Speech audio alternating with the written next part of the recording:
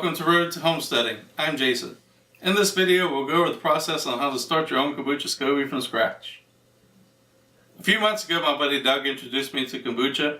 He was like, hey, go out, give this a try. It's tangy, it's fizzy, it's flavorful, it's packed full of probiotics, and it's good for you. So I went and picked up a bottle, gave it a try, and I was hooked. I was like, what's in this and how's it made? So I did a lot of research online, picked up a few books. A really good book by Hannah Crum called The Big Book of Kombucha.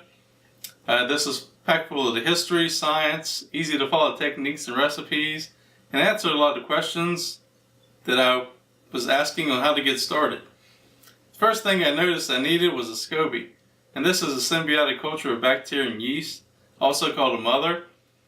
And the bacteria and yeast break down the sweet tea into a tangy, fizzy kombucha.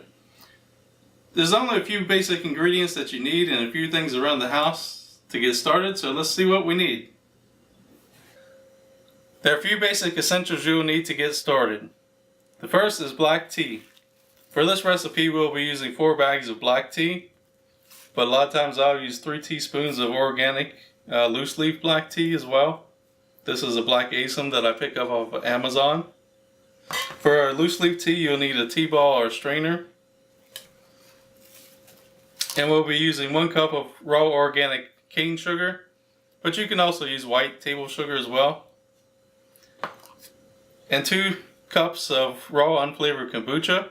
You can usually find this in the produce aisle of most grocery stores, and it's usually labeled original. But for this recipe I'll be using 2 cups that I brewed from a previous batch. We'll also need a 1 gallon wide mouth glass jar, a bowl to steep our tea in, a funnel, a measuring cup, strainer, or a wood spoon, a white cloth, a thin white cloth, and a rubber band or piece of string. And we'll need 7 cups of water. 3 cups we're going to bring to a boil and dissolve our sugar in, and then steep our tea for 20 minutes. And then we'll need 4 more cups to dilute our tea with.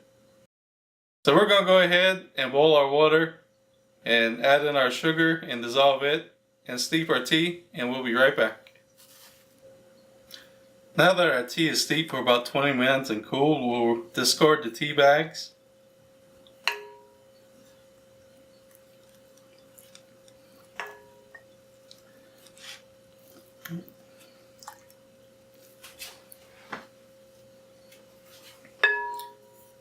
And add our sweet tea mix to our 1 gallon glass jar. I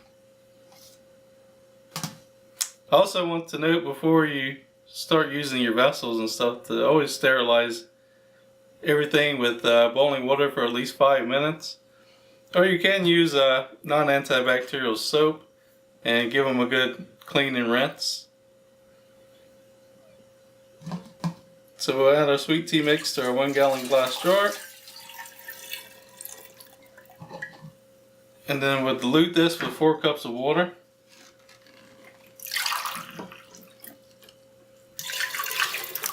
And make a mess.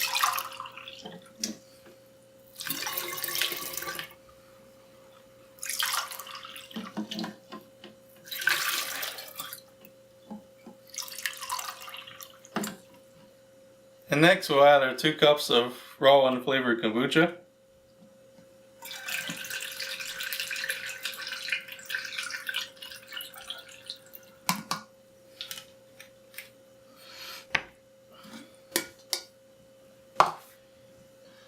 And then to keep contaminants and bugs out, we'll add our cloth and secure it with a rubber band. You can also use a piece of string. In about a week you'll notice white translucent specks on top of the liquid, and that's fine, that's the Scoby starting to grow. In about 4 weeks you should have about 1/4 inch thick Scoby, looks similar to this.